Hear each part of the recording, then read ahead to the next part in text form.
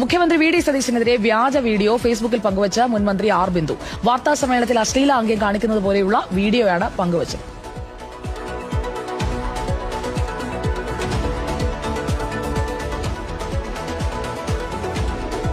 പോസ്റ്റിനെതിരെ വ്യാപക വിമർശനം ഉയർന്നതോടെ R Bindu post ഇപ്പോൾ മുക്കിയിട്ടുണ്ട്. ടിൻഡു ദാസ് ജെ നമുക്കൊപ്പം ചേരുകയാണ്. ടിൻഡു ദാസ്, ഒരു മന്ത്രിയായിരുന്ന ആളല്ലേ, വാഹനങ്ങൾക്ക് മോഡിഫിക്കേഷൻ ആ വിഷയത്തിൽ ട്രോളൊക്കെ നമ്മൾ കാണുന്നുണ്ട്. പക്ഷേ ഈ ആംഗ്യം അല്പം കടന്നുപോയില്ലേ, കേസാകുമോ?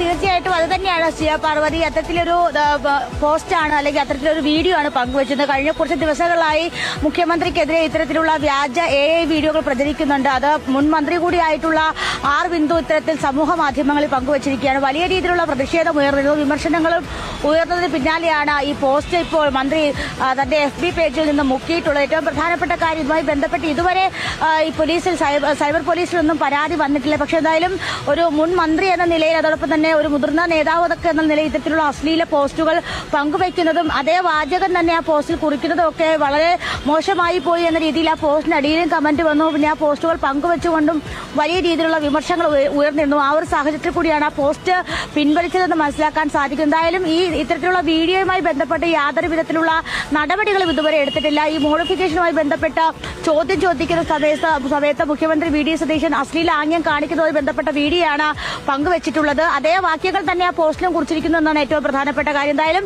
പ്രതിഷേധങ്ങളും വിമർശനങ്ങളും ഒക്കെ ഉയർന്നതോടെ മന്ത്രി ആ പോസ്റ്റ് മുക്കി രക്ഷപ്പെട്ടിട്ടുണ്ട്. ഇനി അതിലും വിചാരിയുള്ള നടപടികളാണ്. അതിന് ഈ കേസായി വരുമോ എന്നൊക്കെ ഇനി കണ്ടറിയേണ്ടതാണ്.